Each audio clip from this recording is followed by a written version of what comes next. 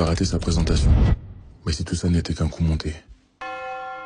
2019, Elon Musk, directeur de Tesla, s'apprête à manipuler le monde entier à générer des milliards de dollars. Nous sommes près de Los Angeles, dans un lieu où toute la presse tech automobile a été conviée. En effet, Elon Musk compte montrer au monde son nouveau petit bijou. Le Cybertruck, véhicule mi-pick-up mi-tank et 100% électrique. Une belle prouesse en somme.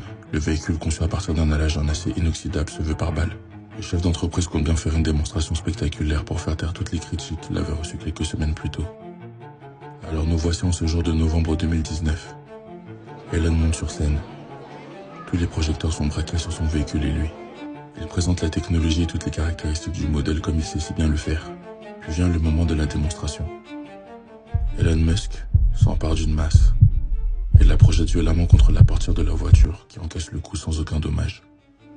Puis il demande à un de ses employés de casser la vitre.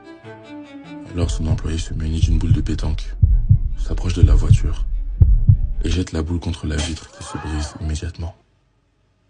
Dans la salle, le malaise est palpable. Certains se demandent si c'est un effet scénique. D'autres cherchent un sourire sur le visage d'Elon Musk pour savoir si c'est une blague. Mais personne ne s'attend à un tel fiasco. Et ce n'était pas une blague.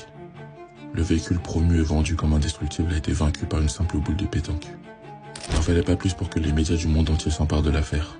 Le lendemain, l'échec de la présentation fait la une de la presse spécialisée du monde entier. Quelle honte pour le chef d'entreprise. Mais si tout ça n'était qu'un coup monté. La couverture médiatique que lui a promulgué cet échec est totalement inédit. Et tout cela sans dépenser un seul dollar supplémentaire dans le marketing. Résultat, plus de 250 000 précommandes en 24 heures, qui entraîneront une augmentation du chiffre d'affaires de 14 milliards de dollars. Et tout ça, grâce à une simple vitre brisée. Dans ses mémoires, Leo Burnett, l'un des pères du marketing traditionnel, disait « Faites quelque chose de simple, de mémorisable, d'agréable à regarder et d'amusant à lire. »